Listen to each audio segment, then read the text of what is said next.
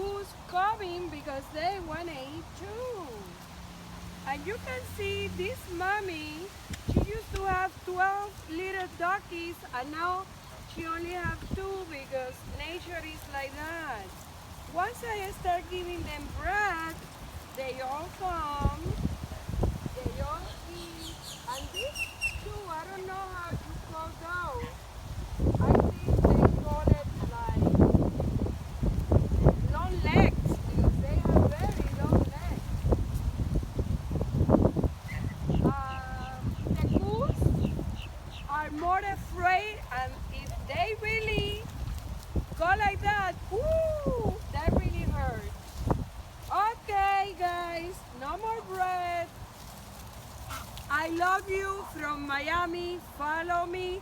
Funny, happy granny. Mwah.